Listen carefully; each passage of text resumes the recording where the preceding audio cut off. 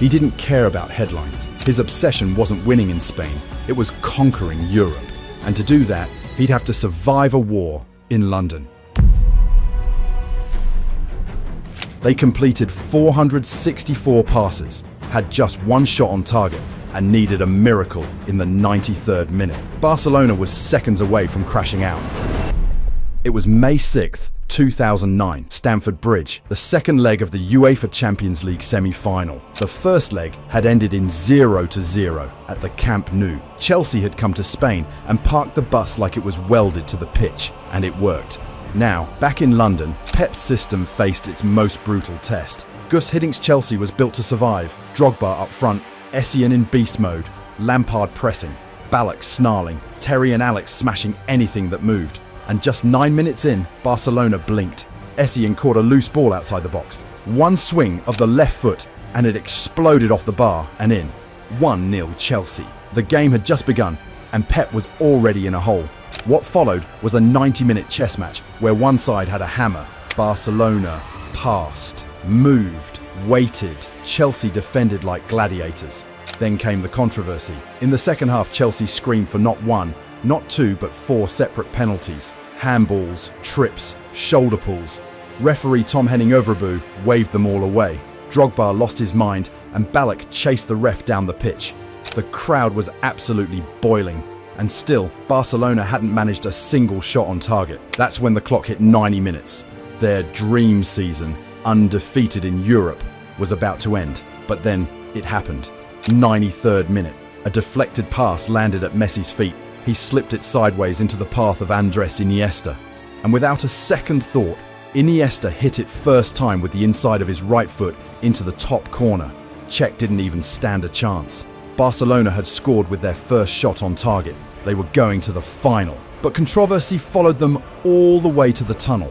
Drogba screamed at the camera. Greatest respect that a referee from Norway is the strongest official you can put down. This is supposed to be... Øvrebø literally needed security to leave the pitch. The football world was losing it, but the final, that wouldn't be decided by luck. It would be decided by something far more brutal. The reigning champions were made to look like amateurs, and Cristiano Ronaldo couldn't do a thing about it. It was May 27th, 2009, Stadio Olimpico, Rome. The Champions League final would be between Manchester United and Barcelona. United had just won the Premier League. They were unbeaten in Europe. They had Ronaldo, Rooney, and a midfield that crushed Arsenal in the semis. Sir Alex Ferguson had built a juggernaut. Barcelona, on the other hand, were exhausted. Dani Alves was suspended. Abidal was suspended. Marquez was injured. Yaya Touré had to play centre-back. Puyol shifted to right-back. And yet, from the first whistle, it was clear this wasn't going to be a fair fight. In the opening 10 minutes, United actually threatened. Ronaldo had 3 shots. Valdés had to stay sharp.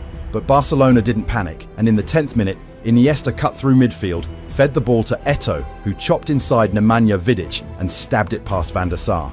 It was Barcelona 1, United 0.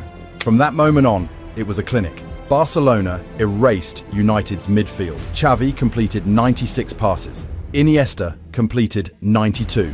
United was just chasing shadows, and then came the killer moment. In the 70th minute, Xavi picked up the ball on the right. He floated in a cross, gentle and perfect. And Messi, all 5'7" of him, rose between Rio Ferdinand and Vidic and headed the ball into the net. It was 2-0. Game over. Barcelona had dominated 66% possession, completed nearly double the passes of United, and outclassed a team filled with legends.